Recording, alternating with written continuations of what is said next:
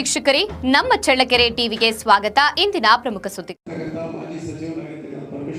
ಮತದಾರರ ಪಟ್ಟಿಯ ವಿಶೇಷ ಸಮಗ್ರ ಪರಿಷ್ಕರಣೆ ಕುರಿತು ಕಾಂಗ್ರೆಸ್ ಪಕ್ಷದ ಸಭೆ ಪಟ್ಟಣದ ಫಂಕ್ಷನ್ ಹಾಲ್ನಲ್ಲಿ ನಡೆಯಿತು. ಸಭೆಯಲ್ಲಿ ಮಾಜಿ ಸಚಿವ ಪಿಟಿ ಪರಮೇಶ್ವರ್ ನಾಯ್ಕ್ ಮಾತನಾಡಿ, ಎಸ್ಐಆರ್ ಪ್ರಕ್ರಿಯೆಯ ಬಗ್ಗೆ ಮತದಾರರು ಜಾಗೃತರಾಗಬೇಕು ಹಾಗೂ 18 ವರ್ಷ ಪೂರ್ಣಗೊಂಡ ಪ್ರತಿಯೊಬ್ಬರೂ ಮತದಾರರ ಪಟ್ಟಿಯಲ್ಲಿ ಹೆಸರು ನೋಂದಾಯಿಸಿಕೊಳ್ಳುವಂತೆ ಕರೆ ನೀಡಿದ್ದಾರೆ.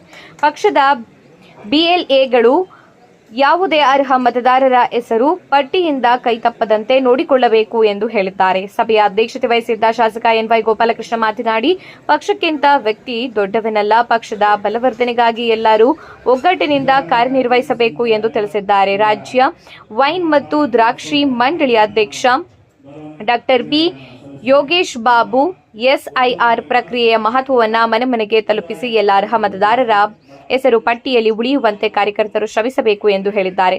ಸಭೆಯಲ್ಲಿ ಕಾಂಗ್ರೆಸ್ ಜಿಲ್ಲಾ ಹಾಗೂ ತಾಲೂಕು ಮುಖಂಡರು, ವಿವಿಧ ಘಟಕಗಳ ಪದಾಧಿಕಾರಿಗಳು ಮತ್ತು ಕಾರ್ಯಕರ್ತರು ಭಾಗವಹಿಸಿದರು.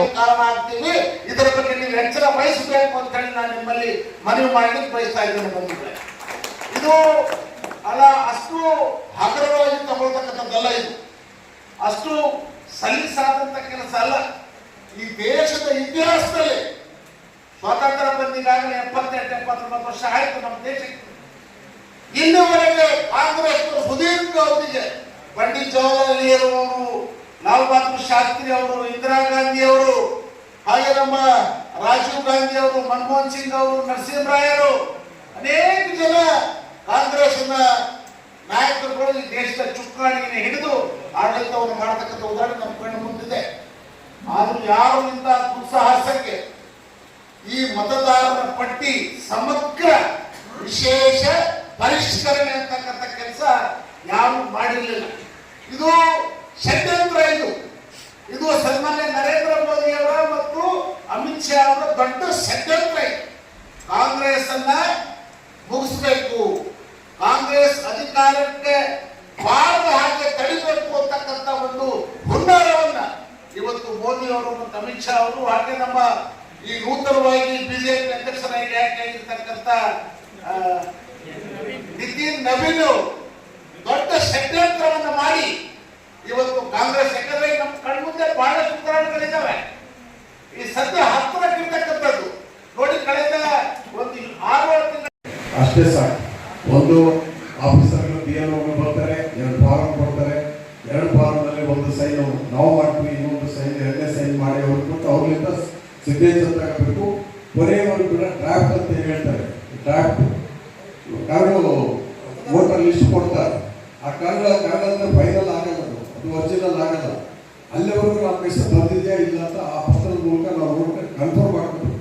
ನಾವು ಯಾವ ರೀತಿ ಸ್ಟೇಟ್ಮೆಂಟ್ ಕೊಡೋದು ಆ ಸ್ಟೇಟ್ಮೆಂಟ್ ಎಲ್ಲ ಅಲ್ಲಿ ಬಂದಿರಬೇಕು. ವೋಟರ್ ಲಿಸ್ಟ್ ಬಂದಿದ್ರೆ ಎಸ್ ಅಂತೇಳಿ ನಾವು ಸುಮ್ಮನೆ ಆಗ್ಬೋದು.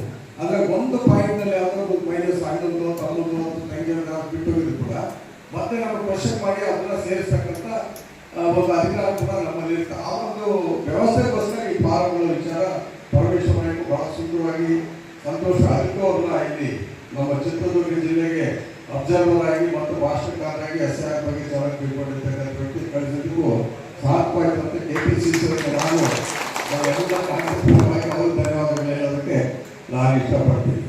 ಹೀಗಾಗಿ ಕೆಲಸ ಬರ್ತಾ ಇದೆ. ಕೊನೆ ಮಾತುಗಳು ಹೇಳಿ ಮುಗಿಸ್ತೇನೆ. ನಾನು ಹೆಚ್ಚು ಮಾತಾಡಲ್ಲ. ಬಹಳಷ್ಟು ಮಾತಾಡೋದು ಕೂಡ ಬಹಳ ದೊಡ್ಡ ಭಾಷಣ ಮಾಡೋದು ಕೂಡ ನಮ್ಮ ಜನಗಳು ಹೋಗಲ್ಲ, ನನಗೆ ಹೋಗಲ್ಲ ಅಂದ್ರೆ ನಿಮ್ಗಿನ್ನೇನು ಹೋಗುತ್ತಲ್ಲ. ಎಷ್ಟು ಹೇಳ್ಬೇಕು ಅಷ್ಟು ಹೇಳ್ಬೇಕು. ಪಾಠ ಮಾಡ್ಬೇಕಾದ್ರೆ ಎಷ್ಟು ಮೊದಲು ನಾವಪ್ಪ ಜಾಸ್ತಿ ಪಾಠ ಮಾಡೋಕ್ಕೆ ಎಷ್ಟು ಪಾಠ ಮಾಡ್ತಾ ಇದ್ರು ಹೇಳೋದು. ಅಲ್ಲೇ ಅವ್ರಿಗೆ ಜಾಸ್ತಿ ಹೇಳೋಕೆ ಹೋಗ್ಬೇಡ, ಅವ್ರಿಗೆ ಅರ್ಥ ಆಗೋದಿಲ್ಲ ಇಂಥ ಇದೆ ಅಂತ ಹೇಳಿ. ನಾವು ಹೈಸ್ಕೂಲಲ್ಲಿ ಹೋಗ್ಬೇಕಾದ್ರೆ ಒಂದು ಪೇಪರ್ ಕೊಟ್ಟು ನಮ್ಮ ಸ್ನೇಹಿತರು ಆ ಗುಣ ಯಾರು ಅಂತೇಳಿ ಚರಿತ್ರೆ ಬಂತು ಇಷ್ಟೇ. ಗುಣ ಯಾರು ಅಂತ ಹೇಳಿದ್ರೆ ಗುಣ ನಮ್ಮ ದೇಶಕ್ಕೆ ಬಂದು ನಮ್ಮ ದೇಶದಲ್ಲಿ ಮತದಾರರ ವಿಶೇಷ ಸಮಗ್ರ ಪರಿಷ್ಕರಣೆ ಅಂತ ಹೇಳ್ಬಿಟ್ಟು ಇವತ್ತು